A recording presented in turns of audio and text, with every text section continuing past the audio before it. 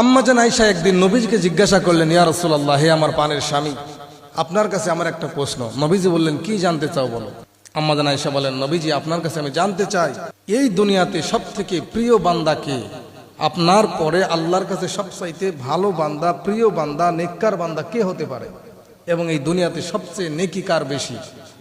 নবীজি আম্মা জান আয়েশার কথার উত্তরে বললেন, আয়েশা, তুমি আমার স্ত্রী, তুমি আমার বিবি, আমি তোমার কাছে কিছু লুকাবো না।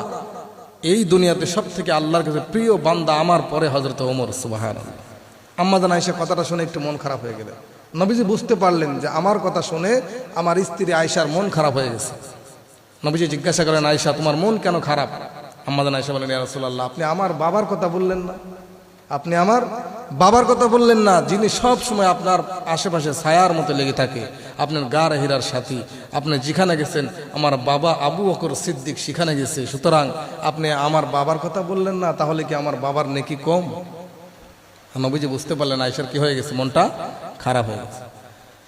আল্লাহ নবীজি আম্মা জান আয়েশাকে ডাক দিয়ে বলেন, ও বিবি আয়েশা, দুনিয়ার ভিতরে আমি বলেছি সব চাইতে আল্লাহর কাছে গ্রহণযোগ্য ব্যক্তি হলো ওমর।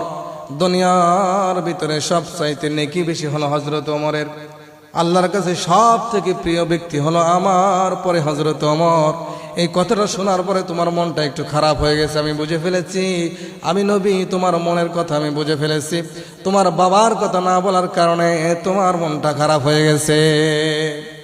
আম্মা জান আয়েশাকে বললেন, হে বিবি আয়েশা, ওমরের নেকি গণনা করে শেষ করা সম্ভব। ওমরের নেকি গণনা করে শেষ করা সম্ভব, তবে আল্লাহ তাআলা তোমার বাবাকে এত নেকি দান করেছেন যেটা গণনা করে সম্ভব না। আম্মা জান আয়েশা বলেন, ইয়া রাসূলুল্লাহ, এই যে আকাশে যত তারা, এই নেকিগুলো কার? রাসূল বললেন, এটা হলো ওমরের নেকি। আবারও মন খারাপ হয়ে গেল। নবীজি বলেন, আয়েশা, মন খারাপের প্রয়োজন নাই। আকাশের যত তারা, এগুলা যদি ওমরের নেকি হয়, এর চেয়েও বেশি নেকি, এর চেয়েও বেশি নেকি আল্লাহ তাআলা হযরতে আবু বকর তোমার বাবাকে দান করেছে। সুবহানাল্লাহ। এবং আল্লাহর কাছে সবথেকে প্রিয় ব্যক্তি হলো তোমার বাবা। আম্মা জান আয়েশা খুশি হয়ে গেল। সুবহানাল্লাহ। বন্ধুগণ আমার ভাইয়েরা, নবীজি বলেন, আয়েশা, এই দুনিয়ার ভিতরে আল্লাহ একজন মানুষকে এত ভালোবাসেন, এই দুনিয়ার ভিতরে একজন মানুষকে আল্লাহ এত মহব্বত করেন, ভালোবাসেন, যার কারণে একদিন আসমানের সমস্ত ফেরেশতারা আল্লাহর কাছে বলতেছেন, রব্বুল আলামিন, দুনিয়ার ভিতরে তোমার সবচেয়ে প্রিয় বান্দাকে, দুনিয়ার ভিতরে তুমি সবচেয়ে কাকে মহব্বত করো, ভালোবাসো?